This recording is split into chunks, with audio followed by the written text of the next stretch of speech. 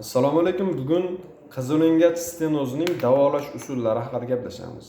Bitta videoga sig'maydi, shuning uchun ikkita video qilishga to'g'ri keladi. Birinchi, o'zimman stenozni davolash 3 ta omilga bog'liq bo'ladi. Birinchi omil bu stenozning sababi, torayishning darajasi va stenozning uzunligi va qizilo'ngachning qaysi qismida joylashganligiga bog'liq bo'ladi.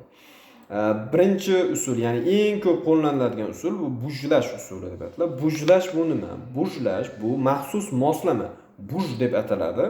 Shu yordamida qizilo'ngachni asta-sekin kengaytirish usuli. Qanday bajariladi? Endoskopik yoki rentgen nazoratida o'sha qizilo'ngachni qaysi qismi toraygan bo'lsa, o'sha qismiga o'sha apparatni kiritib kengaytirish orqali turli diametrdagi elastik yoki metal bujlar yordamida amalga oshiriladi. Kichik diametrdan boshlanib, bosqichma-bosqich kattalashtirib boriladi va u bir martada yetarli bo'lmaydi odatda. 3 martadan 10 martagacha bo'lgan holatda amalga oshiriladi va har birining orasi bir necha haftalik interval bilan, ya'ni oraliq bilan amalga oshiriladi. Sekin-astalik bilan kengaytirib boriladi.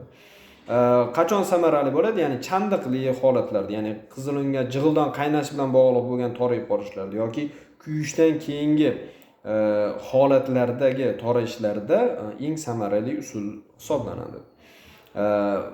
Mumkin bo'lgan asoratlari bor albatta. Asoratlari o'sha qizilo'ngach yirtilishi mumkin, qon ketishi va og'riq bo'lishi mumkin. Sababi shu sababliki faqat tajribali shifokorlargina bajarish kerak bo'lgan operatsiya turi hisoblanadi. Ikkinchi turi bu ballonli dilatatsiya deb ataladi. Ya'ni dilatatsiya bu kengaytirish.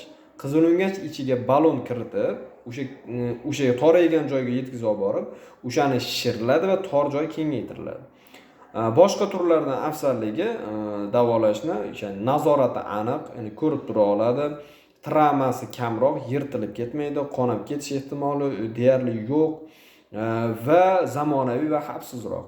Kamchiligi qayta torayishi mumkin. Kengaytirilgan joy yana qaytadan torayib qolishi mumkin va bir necha marotaba takrorlanishiga to'g'ri keladi.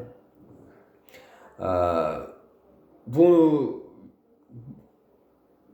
ballonli dilatatsiyaning qanday amalga oshirilishini videosini Telegram kanalimda joylab qo'ydim, ko'rishlaring mumkin.